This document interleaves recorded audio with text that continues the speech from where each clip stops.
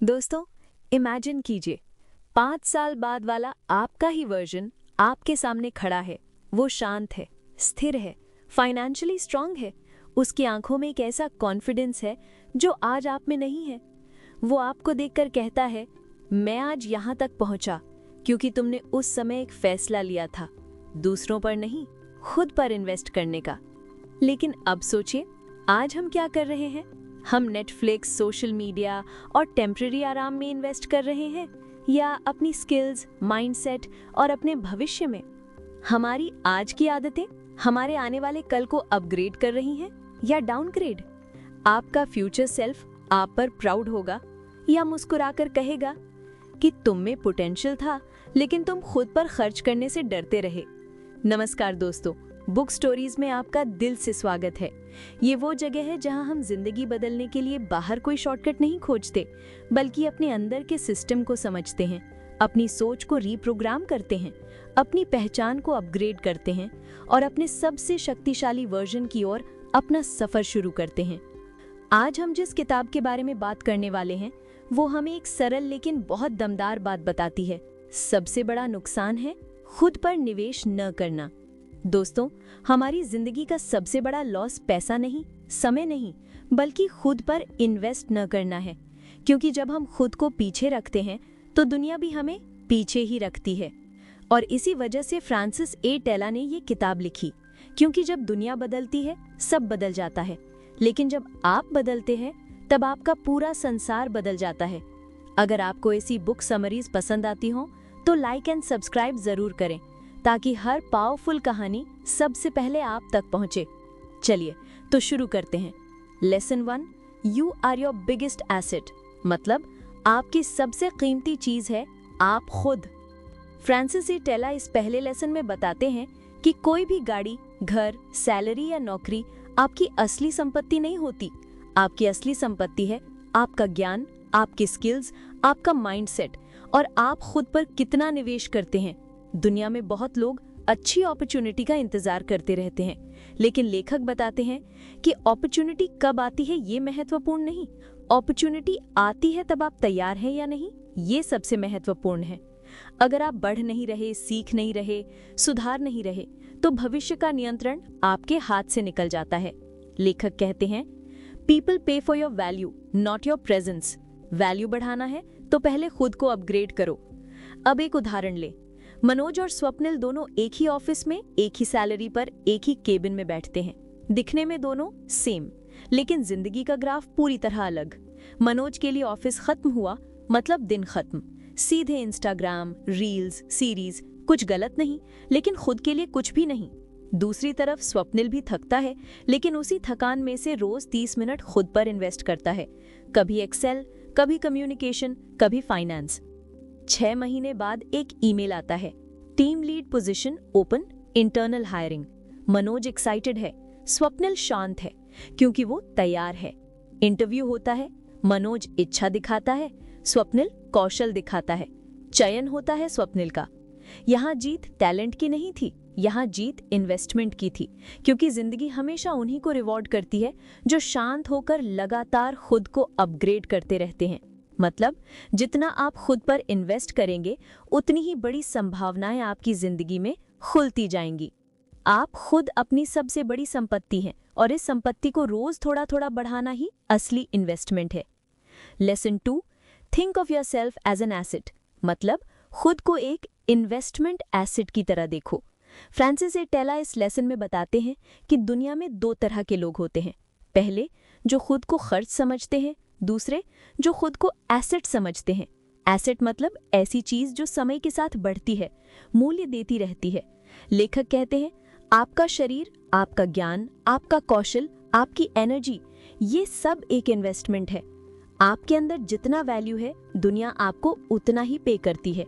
इसीलिए जो व्यक्ति खुद को एसेट मानता है, वो अपनी देखभाल करता है, सुधार करता रहता है और अपनी कीमत बढ़ाता रहता है। अब एक उदाहरण ले। राज और अमेय दोनों एक आईटी स्टार्टअप में काम करते हैं। राज का एटीट्यूड ये है कि कितना पगार देंगे, क्या सुविधा देंगे। उसका फोकस कंपनी उसके लिए क्या करेगी, इस पर है। काम खत्म हुआ कि उसकी बैटरी लो, घर, फोन, सीरीज, बस। दूसरी ओर अमेया खुद को एसेट मानता है। वो जिम करता है क्योंकि उसे पता है कि एनर्जी ही प्रोडक्टिविटी की कैपिटल है। वो हर शनिवार नए टेक टूल सीखता है क्योंकि उसे लगता है कि उसका वैल्यू बढ़ रहा है। वो गुड बुक्स पढ़ता है क्योंकि उसे पता है कि high quality thoughts equal to high quality output. एक दिन कंपनी में रीस्ट्रक्चरिंग होती है, सब टेंशन में कि जॉब जाएगी क्या, लेकिन मैनेजमेंट कहता है कुछ की एसेट्स को रखना है। लाइन में नाम आता है अमेया का, क्योंकि कंपनी ने उसे एम्प्लॉय नहीं एसेट के रूप में देखा।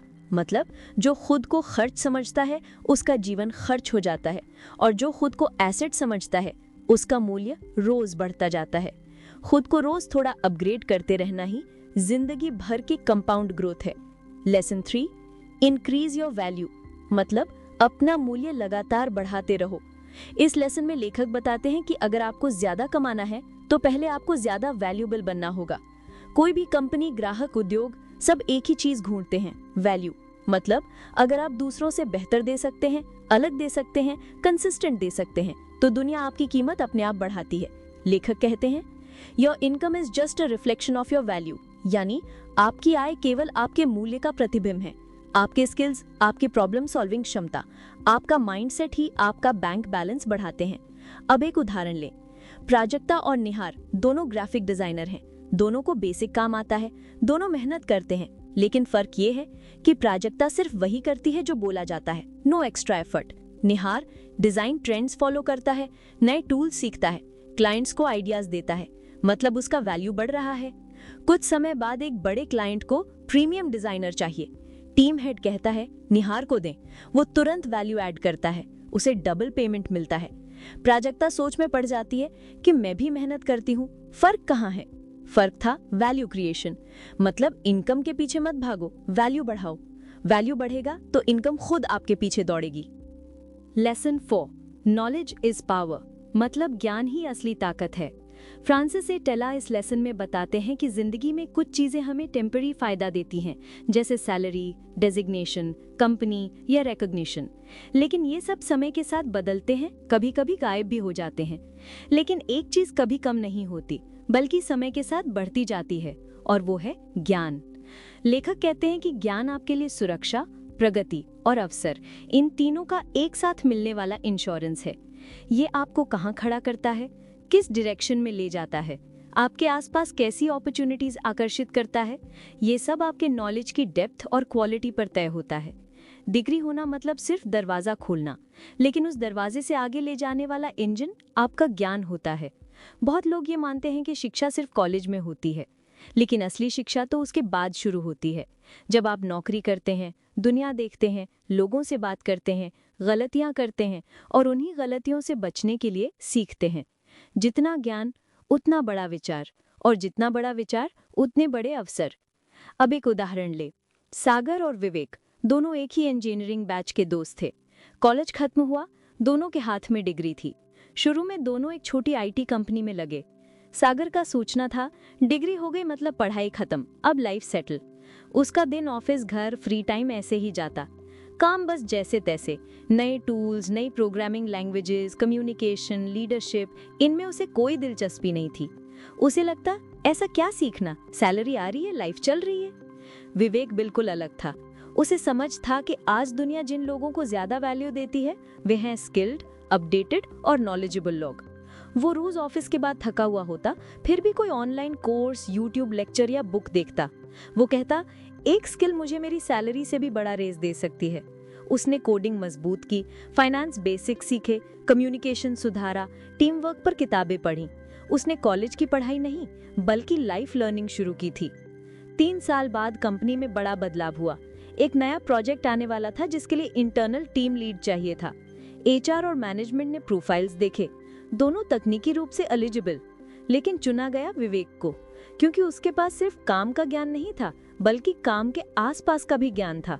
Communication, team handling, client understanding, analytical thinking, decision making. जिसका ज्ञान ज्यादा गहरा और व्यापक था वही जिम्मेदारी के लिए ज्यादा योग्य लगा।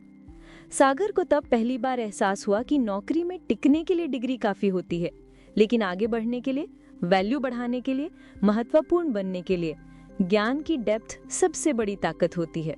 मतलब ज्ञान सिर्फ मार्क्स लाने के लिए नहीं होता। ज्ञान आपकी दिशा तय करता है, आपका फ्यूचर सुरक्षित करता है और आपकी वैल्यू लगातार बढ़ाता रहता है।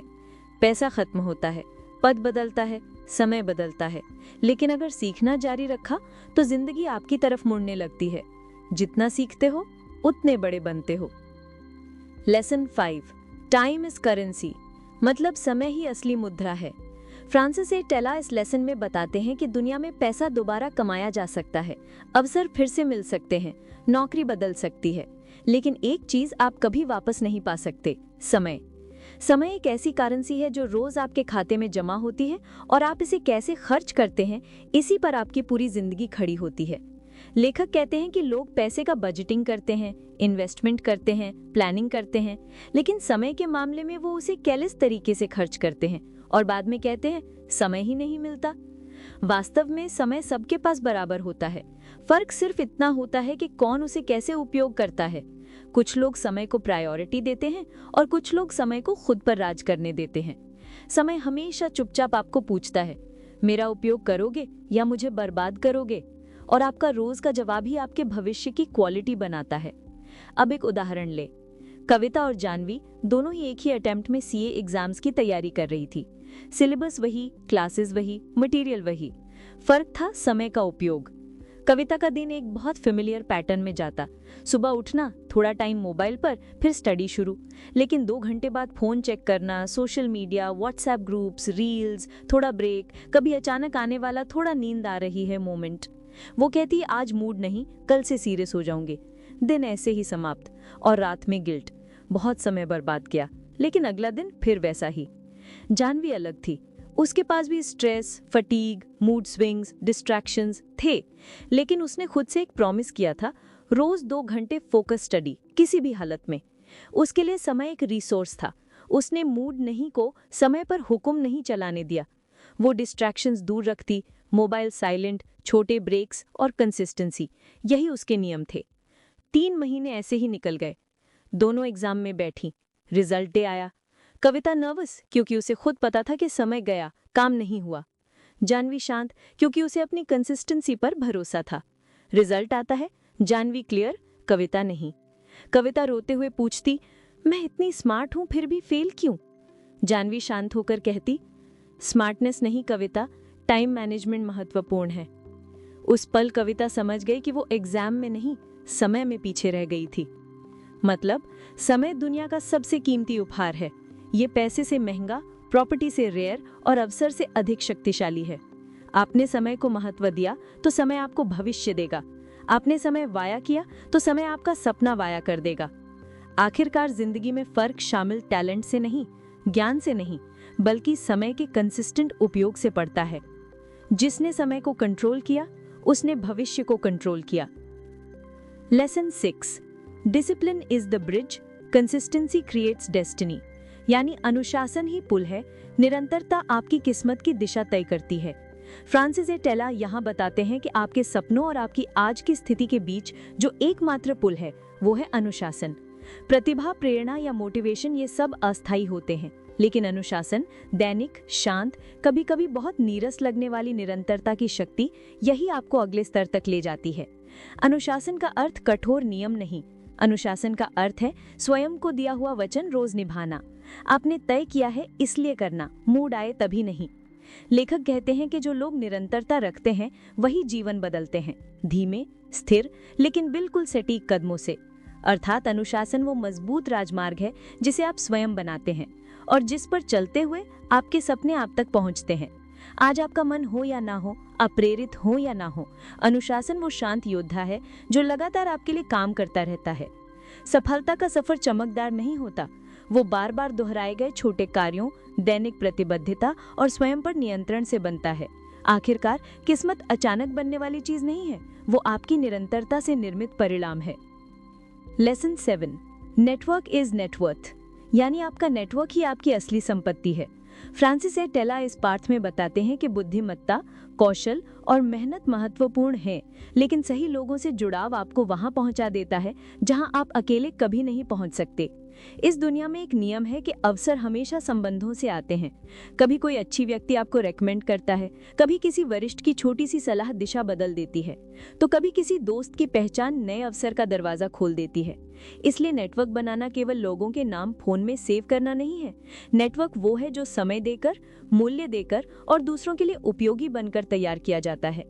अब एक उदाहरण लें। आदित्य और संकेत दोनों मार्केटिंग में काम करते थे।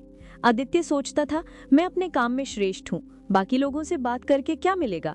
वो केवल अपना काम करता, किसी से खास मेलजोल नहीं रखता, किसी कार्यक्रम में नहीं जाता और उसका नेटवर्क लगभग शून्य था। उसका तर्क था, प्रतिभा काफी है। संकेत बिल्कुल विपरीत था। वो दफ्तर में लोगों से पूछता, सब ठीक, मदद चाहिए। सम्मेलनों में लोगों को जोड़ता, लिंक्डइन पर सीख साझा करता और हर जगह मूल्य बढ़ाता। वो लोगों का उपयोग नहीं करता, बल्कि उनके लिए उपयोगी बनता था। कुछ महीने बाद कंपनी में बड़े क्लाइंट एक्विजिशन प्रोजेक्ट की घोषणा हुई। मैनेजमेंट को ऐसा व्यक्ति चाहिए था जिसके पास संचार कौशल और अच्छे संबंध दोनों हों। आदित्य तकनीकी रूप से मजबूत था, लेकिन उसकी छवि लोगों से ना जोड़ने वाले की बन चुकी थी। संकेत का नाम सबसे ऊपर आया, क्योंकि वो केवल अच्छा कर्मचारी नहीं, बल्कि कंपनी का कनेक्टर था। उसे प्रोजेक्ट मिला, क्लाइंट प्रभावित हुआ और वो आगे चलकर टीम लीड बन गया। एक दिन आदित्य ने उससे पूछा, तुम इतना सब कैसे संभाल लेते हो? मैंने भी काम किया, फिर भी मेरा नाम नहीं आया। संकेत मुस्कुराकर बोला, काम जरूरी है, लेकिन लोगों से जुड़ाव तुम्हें उस कमरे में ले जाता है जहां तुम्हारी प्रतिभा चमक सकती है। यानी नेटवर्क का मतलब सिर्फ संपर्क नहीं, नेटवर्क मतलब संदर्भ, जहां सही लोग आपको आगे बढ़ाते हैं, मार्गदर्शन करते हैं और कई बार आपके लिए दरवाजे खोलते हैं। दुनिया में आप अकेले कितनी भी दौड़ लगाएं, सीमाएं आती ही हैं, लेकिन सही नेटवर्क हो तो सीमाएं खत्म हो जाती है। Lesson 8, fail fast, learn faster, यानी जल्दी गलती करो लेकिन उससे भी जल्दी सीखो। इस पाठ में फ्रांसिस ए टेला बताते हैं कि जीवन में तेजी से आगे बढ़ने का सबसे बड़ा तरीका है गलती करने के डर को छोड़ देना। जो लोग परफेक्ट समय, परफेक्ट परिस्थिति और परफेक्ट योजना का इंतजार करते रहते हैं, वे पूरी जिंदगी शुरुआत ही करते रहते हैं। और जो लोग थोड़ी सी अपूर्णता के बावजूद कदम बढ़ाते हैं, प्रयोग करते हैं, गिरते हैं, उठते हैं और फिर आगे बढ़ते हैं, वे 1 वर्ष में उतना सीख लेते हैं जितना सतर्क लोग 5 वर्षों में भी नहीं सीखते।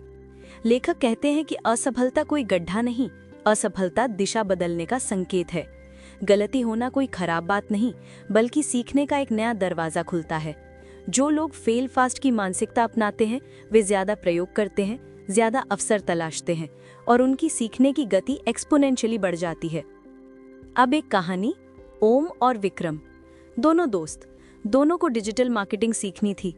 ओम का तरीका था, पहले परफेक्ट कोर्स, फिर परफेक्ट लैपटॉप, फिर परफेक्ट मेंटर, फिर शुरुआत। वह महीनों रिसर्च करता रहा, योजनाएं बनाता रहा, लेकिन एक्शन शून्य। विक्रम ने बेसिक सीखते ही पहले हफ्ते एक छोटा कैंपेन चलाया, असफल हुआ। दूसरा किया, वो भी असफल। तीसरे में क्लाइंट नाराज होकर पैसे वापस मांगने लगा। लेकिन विक्रम हर गलती से कुछ समझ रहा था। कभी ऑडियंस गलत, कभी कॉपी कमजोर, कभी स्ट्रैटेजी मिसमैच्ड। उसके लिए असफलताएं फ्री कोर्सेज बन गई। 1 वर्ष बीता, ओम अभी भी कह रहा था, अभी सही समय नहीं है, अभी और सीखना है। और विक्रम, उसके पास 12 असली प्रोजेक्ट्स, 4 रिटेनर क्लाइंट्स और एक छोटा फ्रीलांसिंग सेटअप तैयार था। लोग पूछने लगे कि इतनी जल्दी कैसे बढ़ गए? विक्रम शांत होकर कहता, मैंने परफेक्ट होने का इंतजार नहीं किया, मैं गलता रहा और हर बार सीखता रहा।